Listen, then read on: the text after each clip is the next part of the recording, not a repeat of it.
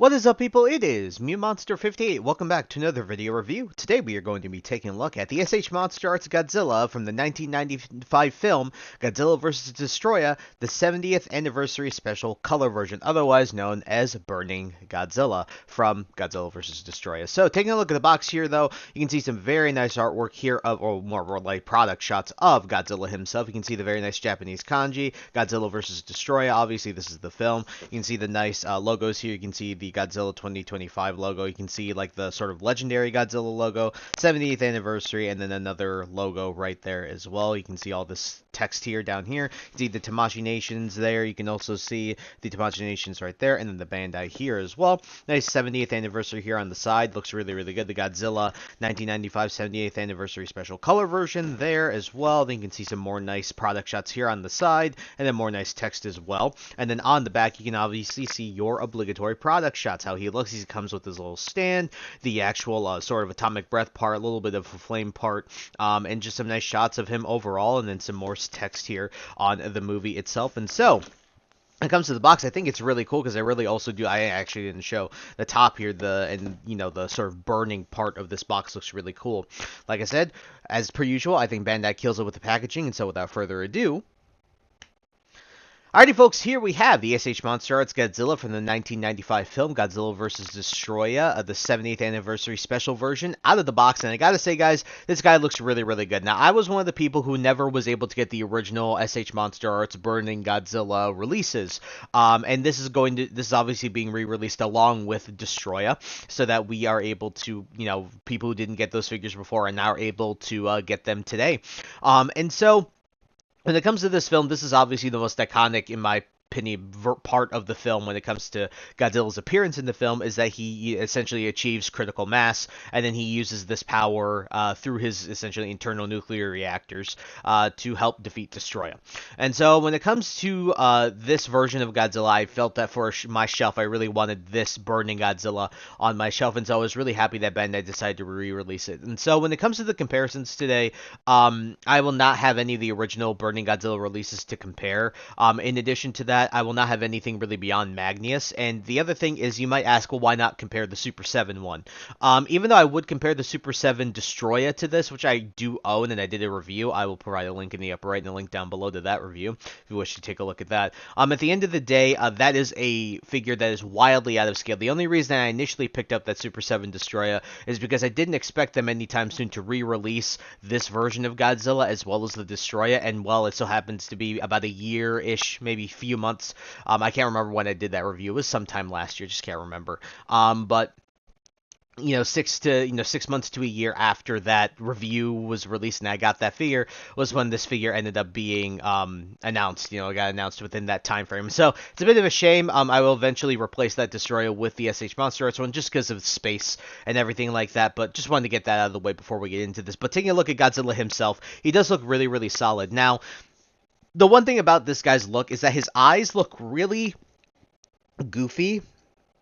On the whole, you can see that. They're very much like they have very pronounced dark pupils with very bright orange eyes, and although it does look funky in the figure, when you look at the actual film, this is relatively how they look. Sure, they looked a bit more realistic given the fact that that was a suit rather than an actual, physical figure and stuff like that, that they could make it look more realistic, and obviously they don't have the same budget that they would have making the suit as they do with this figure. But at the end of the day, I think it represents what we saw on screen relatively well. And then we take a look at the mouth and the paint. I think it's really, really well done as well. And we take a look at the actual body itself. I think it actually also looks very, very nice. It does capture what we saw on film relatively nicely. I have no major complaints. You can see the very nice molded in scale detail there. The very nice red, the fire, essentially this internal nuclear reactor getting pushed to critical mass going through his body. It looks really, really solid. I'm a big fan of it. And then when it comes to his dorsal plates, you can see those plates on the back, all these spikes, they are very much this red, and then they tapers off into the regular colored spines. And so when we're looking at all of it, I think the detail is really, really nice. I think his face looks pretty solid. And sure, he does look a bit goofy, and the paint might be a little splotchy in some areas. But overall, when it comes to the detail, when it comes to the feel of this guy, he feels really, really solid, really, really hefty, and very, very sturdy. And I think he looks the part that he is supposed to look. And so overall, when it comes to the actual details details and the looks of this guy, and obviously the tail also looks really, really good.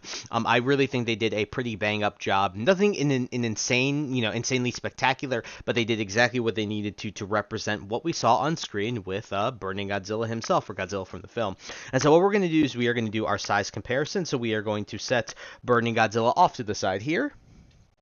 And ladies and gentlemen, here we have him with the Transformers Legacy United Infernac Universe Deluxe Class Magnus. As you can see, Godzilla is a little bit bigger. He's about a Voyager Transformers size. So if you have a Voyager Transformer size or a large Deluxe Transformer, you will have a very good idea of how big this Godzilla is. It's the 6-7 inch scale, and so you can see how he scales here. And he scales here rather nicely. And eventually when we do the Destroyer review, because I did order the Destroyer, we will absolutely compare the two, because obviously, arch nemesis in the movie. And Destroyer happens to be one of my favorite Godzilla villains. In addition to that, I've been campaigning for years for them to put Destroyer in the Monsterverse, what that Legendary has been doing, because it's perfect. They did the Oxygen Destroyer in 2019 and King of the Monsters. They could absolutely do Destroyer. They could absolutely pull that off.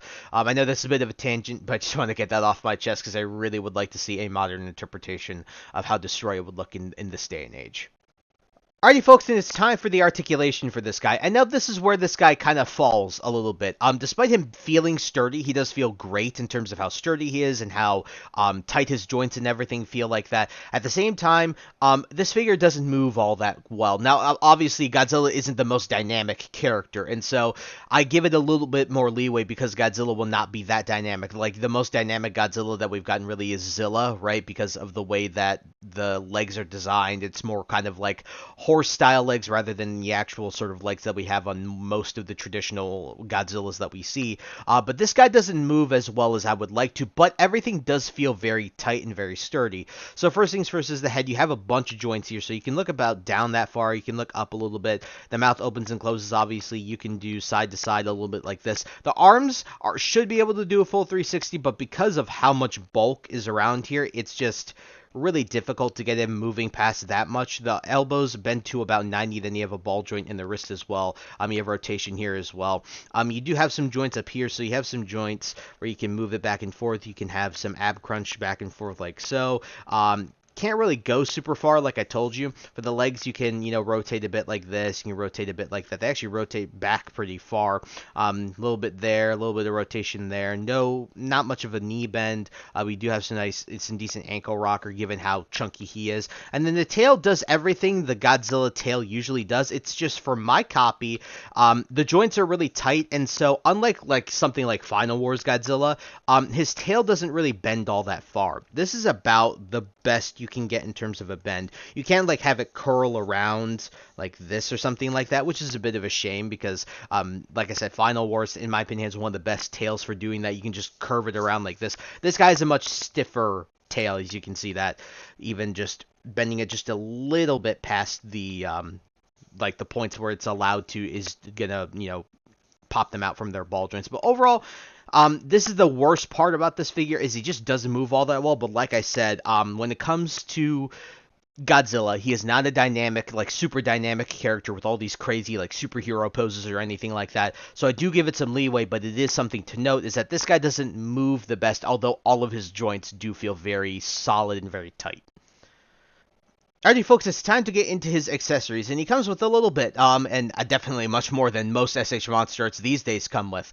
First things first are his extra pair of hands. These are essentially more just open pairs of hands. They just a little bit more open than these ones. These ones are a bit more closed off, the ones that are on him right now. They're much more so. His ones that he has on are kind of like this, and then these ones are kind of like that, and you'll see when I compare them. Now, the issue I will say that I have is that the hands that he has on right now, the ones that come with that he's on, that he has on in the box, when you pull them out, they are fine when you snap them in to their ball joints, because it's very easy. You can just take them and you can just pull them off like so, and then they have little ball joints right there, as you can see. But the issue is putting these hands on. I've been trying for it's really tough to get these to snap in, and they don't even really snap in. They kind of just rest in there, and it's not like they're in there necessarily loose, but if you twist them enough, they will just come undone, and so just have to push them in as best you can. And see, they can still be moved and stuff like that, but if you move them too much, they will end up they will end up getting popped off of these ball joints. So be careful there. Again, we'll remove this one because I actually do like the other hands better because I like, this one's tough. They're both kind of tough still to when you start out by removing them. But I like both of the more open hands because I feel like, especially when you have Godzilla with his mouth open and he's roaring, um, that the more open hands kind of fit that, monster like aesthetic. But yeah, you can see, especially when you compare them, I'll try to do my best to bring them up close. So you can see these ones are very much more open than these ones. These are much more closed off. So you can see what I was saying there with when I was using my hands to compare them. But they do look very nice. And again, this is probably what I'm going to keep on him. And so we're just going to leave this on for the rest of the review. I do think it looks pretty good. Next thing he does come with is he comes with his 70th anniversary stand, which is pretty nice. It does look cool. It does have that logo that we saw in the box and everything like that. It does look cool. Now when you get this unboxed, these will all be filled in with these little like peg pieces, right? And they're black and they blend in with everything. You just pop these out, and the reason you do is because it comes with a stand. And basically when it comes with the stand, you can actually plug in like the flame effect breath part, and the other flame effect part is on its own, but you can plug in the atomic breath part, so you can see that. So pretty solid stuff. And then what we'll do is we'll show off the other stuff. So this is the flame effect, the atomic breath part, and then the flame effect part on the ground. Now you come with this singular stand, and then it pegs in with a thicker portion on the bottom here, and then this has a little tab hole in the bottom of it so that you can plug it in here. But taking a look at each of these individual parts, this does look pretty cool, and it's nice to have this effect. You can absolutely use this in multi-purpose for a lot of other different figures. I personally think for Godzilla here, it doesn't really do anything except if you don't want to use the stand. It's just it's a stand for the stand arm, if you don't want to use the actual 70th anniversary part, and so that's pretty nice, and it does look pretty cool. Sure has this plastic on the bottom, but when you have it on the ground like this, it does look very nice. Then we take a look at this arm, very standard SH Monsterarts arm. They usually get the thicker portion on the bottom, the thicker peg here, the thicker peg at the top, and then you have this joint here. You have rotation here at the top, right? You can just pull this back and forth pretty far. Same thing here, you can pull these back and forth pretty far, and then the arm in the middle obviously bends. So we have that, and then you have your atomic breath part. Now this part, to my understanding, has been used in a multitude of different SH Monsterarts. In addition to that, it's very old. One thing that another reviewer that I watched pointed out, Steven's Toy Reviews, is that it would have been nice to get like a red spiral ray. I would have liked a more sort of tailored atomic breath part to this particular Godzilla release, because the red spiral ray really does look cool in the film, where it's kind of the same idea as this, but it has that red spiral that we all know and love with Godzilla's atomic breath. And so it would have been cool to see that, but I'm not mad because 90% of Godzilla releases do not have, even SH Monsterarts releases for Godzilla do not have any effect parts like this, so I'm at least happy that we get this. I just do wish it was more tailored to this release rather than a more generic release. But to plug this thing in, like I said, you have a peg here, and then you have a peg hole there. It's kind of hard to see. See if I can show you. You can kind of see it right there, right? You can see it right there. So you just plug this part in, and this is a bit of a tight fit, but it ends up working out. And then if you want to plug it into the base of the flame breath, you plug it in there, and then you can just do this. Like so, and then what you can do is you can sort of position this like this. This is how I like to do it. And then he is awesome, blowing his atomic breath. And this does look really, really cool. Now, if you want to plug it into the stand, very simple, very same ideas that you want to, grab the stand, the display base. Then you want to plug it in here on the bottom, and then you can also do that with the display base. So this also looks really, really cool, but I do prefer this one over the actual display base. I just think it looks a bit more clean, and also it takes up less room. So I do like it like this, and I think he does come with a solid amount of accessories. I just wish that the atomic breath part, the effect part, was more tailored with sort of that red spiral, a little bit of that electricity would have been cool to see, that we saw in the actual film. But overall, still happy he comes with a solid amount of accessories.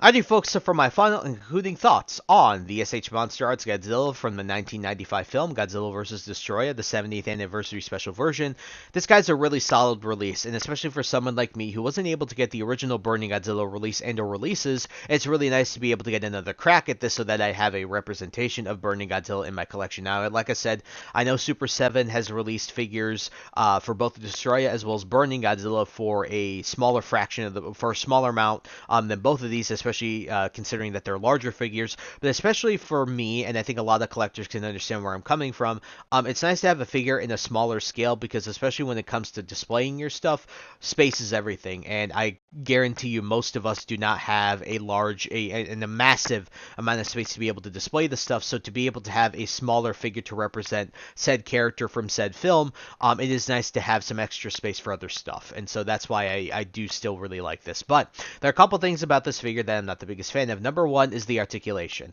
Now, like I said, when it comes to the articulation in this figure, I understand Godzilla is not a dynamic character and doesn't have an insane dynamic poses, and so I'm giving it leeway on that front, but that doesn't mean he doesn't move all that great. It's not like he doesn't move all that great, period. It's just that when you're comparing it to other releases, especially when you're comparing it to like Final Wars SH Monsterarts Godzilla, that tail is just night and day in comparison to this one. I just think that tail has much more ability, has a better ability to be moved around much more than this one.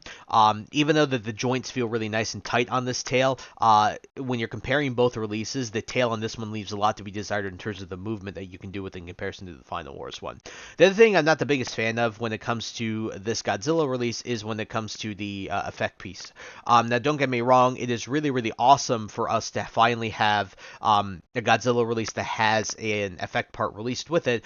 The unfortunate bit here is that it's not quite the red spiral ray that I would enjoy it to be. It's more of a generic flame breath piece that we've seen before, that I think we've seen before. I mean, you can correct me in the comments below if I'm wrong about that. But when it comes to that flame effect atomic breath part, I really think that it would have been nice to more tailor it to this, considering it is the 70th anniversary special edition, to be able to just give it like some extra electricity, maybe make it a bit more spirally as it was. I don't even know if that's a word, but more spirally as it was in the film. But regardless though, it is still very nice to have this here. Now, what does this figure do good? I think he looks really good. The paint looks really solid. The details are really, really nice. He feels really solid. The joints are pretty tight in and of themselves.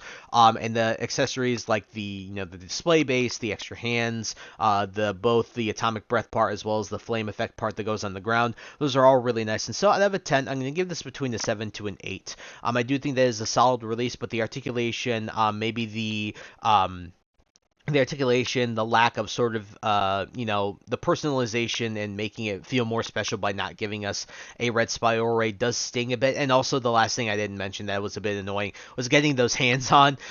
They're pretty tough. Again, very nice tight joints, but of course you never want to feel like you have to break something to be able to swap it out, stuff like that. But overall, still a solid release. And would I recommend it? For the price, whoops, I just knocked my camera, which is my phone. But would I recommend this? Even with the price, I still would recommend it for people who haven't gotten the previous releases. If you do have any of the original releases, honestly, I would probably hold out. I don't think that there's anything crazy about this that you would need over the original ones, especially because I think the original ones came with like smoke effect parts, which are really, really cool. So in my opinion, I really do think that I wouldn't necessarily recommend this, would only recommend this for the people like myself who haven't gotten the original Burning Godzilla release and are not willing to pay scalper prices for the other ones, right? So, for the original releases. So, I did pick mine up on the Big Bad Toy Store, so leave a link in the description to that. Also leave links down below to Amazon as well as like Entertainment Earth, or if I can find another retailer, I'll leave a link down below so you guys can pick this guy up for the price that he is listed at. And so guys, I think that's really it for the video review, and so I thank you guys so much for taking the time to watch this video. Please like, comment, rate, and subscribe. Share this video with your friends. Also follow me on the socials. Those will be linked in the description below. And with that guys, once again, thank you so much for taking the time to watch this video review, and I'll catch you all in the next one. Hope you guys have a wonderful day. Peace.